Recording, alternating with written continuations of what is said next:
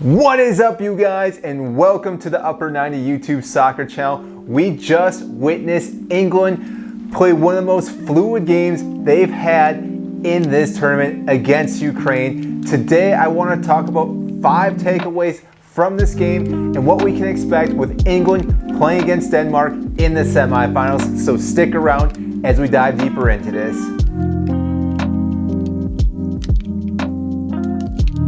For those that don't know who I am, my name is Mike. Today we are talking about England after they thrashed Ukraine in the Euros to make the semifinals, and they will go on to play Denmark in London. So we're looking forward to this game. If you are new to this channel, make sure to like and subscribe down below. I greatly appreciate that. That means a lot. Now, like I said, today I want to go over 5 main points for England and what I saw from this game. So the first thing we definitely need to hit on is Gareth Southgate. I know in the beginning of this tournament, he got so much flack for the players he brought, players he didn't bring, the formation he started with, having Trippier on the left side. But overall, after this game, you have to give credit where credit is due, and Gareth Southgate is a genius. Now, I know I even made some videos saying if he was mad, crazy, lucky, genius. He's definitely a genius. Game after game in this tournament, we've seen how well he knows what he's doing with these players because he has so much talent, so much depth. It's very difficult to pick and choose each and every player in every position because you obviously have a lot of egos you have to deal with, but you also have a lot of different players that have a lot of versatility on the pitch, and he's found the right system for all these players. Due to the fact that they've been looking so well throughout this tournament, haven't let up a single goal, scored multiple goals today, game against Germany, and they won their group. So overall, Gareth Southgate, you're doing a great job, and I think people can finally agree that he does know what he's doing as the manager for England.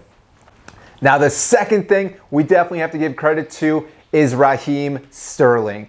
This guy is a player that has just been playing out of his mind since the tournament started, having 3 goals and multiple assists in this tournament so far. I think fans can finally say he is a player that should be starting for England because, again, just like Gareth Southgate, a lot of people were giving a hard time to Sterling when the tournament first started, saying maybe Jack Grealish should start over him, maybe Phil Foden or some other players. But Sterling has definitely showed his capability, the reason why he was brought to this tournament, and the reason why he started, because he is one of those players that definitely can get in behind the defense, open up their whole defense, and then score a goal or lay it off to Harry Kane or someone else to score a goal. And he did it again today, scoring or assisting that first goal to Harry Kane with that nice little through ball, and Harry Kane was able to dink it past the goalkeeper. So again, Sterling, I'm sorry I gave you such a hard time, but again, you also have proven your worth, and really looking forward to what you can do in the final or semifinals against Denmark, because obviously you should be starting in that game, and rightfully so. Now, the third takeaway that I want to talk about is England's defense, along with Jordan Pickford, because this defense is the first time a team has gone 5 games in the Euros and kept a clean sheet. Now, obviously, today against Ukraine, Pickford didn't have much to do. Yes, he had a few saves, but overall, the defense in England has been very solid. Now, in the first game of this tournament, we didn't have Harry Maguire. They started with Mings along with Stones, and they had Trippier and Kyle Walker. And throughout that, they've been rotating a little bit, but obviously Maguire and Stones as the pairing CB have just looked phenomenal for this team, along with Luke Shaw, which we're going to talk about in a little bit, Kyle Walker, Trippier, and Reece James, all giving credit where credit is due as well. But this back line is something else. They play against some big teams and have not let up a goal, which really shows how strong this team is in defense. Now, they did struggle a little bit not scoring in this tournament in the beginning, but because their defense was so solid, that gave them a little bit of a cushion to allow them a little more extra time to score those goals and to win games. And because of that, England are looking like favorites on their side of the bracket. Now, again, they play Denmark, who have been playing out of their minds as well. So this will be a great contest to see how that team can defend against Denmark, because, again, Denmark has been scoring each and every game. but I think England are going to be able to block that mostly and not allow any goals in the semifinal against Denmark. Fourth thing we need to talk about is Luke Shaw. Now, I know I said defense by itself, but Luke Shaw gets his own credit for how well he's playing so far in this tournament, because he's been so versatile on that left side that he's been able to push forward, defend, do everything that Southgate needed his left back to do. Now, I'm not sure why he didn't start the first game, because Trippier was there, but since Luke Shaw has been starting each game since then, he's just been one of the best players on the pitch for England.